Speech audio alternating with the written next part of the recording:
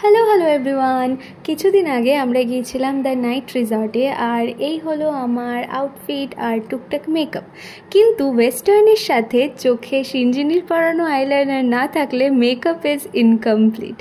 Then we reached our destination and look at this, so aesthetic, so pleasing, just looking like a wow. আর এরা হলো আমার গ্রুপমেটস, যারা ভীষণ সুন্দরী এবং ভীষণ ভালো মানুষ। সবাই একে একে ঢুকছিল, আর তারপরে যেহেতু আমি সবার ভিডিও করে দিচ্ছিলাম, তাই জাফরিন দৌড়ে দৌড়ে এসে তারপর আমার ভিডিও করে দিয়েছিল। আর বৃষ্টি হচ্ছিল জন্য রিজওয়ানা অলরেডি প্রোটেকশন নিয়ে যাচ্ছিল।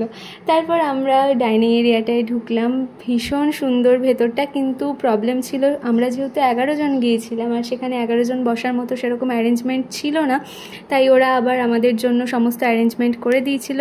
নাও comes the best part, that is food. আমরা প্রথমে স্টার্টার অর্ডার করেছিলাম, তারপর মেন কোর্স। কী কী অর্ডার করেছি, কী কী খেয়েছি, সমস্ত কিছু বড় ব্লগে অলরেডি আপলোড করা আছে, যেটার লিঙ্ক নিচে অ্যাটাচ করা আছে। You can go check it out. Then we made some memories to cherish this moment forever. তারপর আবার আমরা একটু বাইরে গিয়েছিলাম, সেজে গুজে গেছি, কোথাও ছবি না তুললে হয়, তাই জন্য একটু ছবি তুললাম আর পুরো এরিয়াটা ঘুরে দেখলাম। ভেতরে একটা গণেশ মন্দিরও ছিল, which was like very nice. আর অন্যদিকে সুইমিং পুল আর সিটিং এরিয়াগুলো ছিল, আমরা সেই দিকটাও একটু ঘুরে এসেছিলাম। আর এই হলো কটেজগুলো, পরপর সব আছে।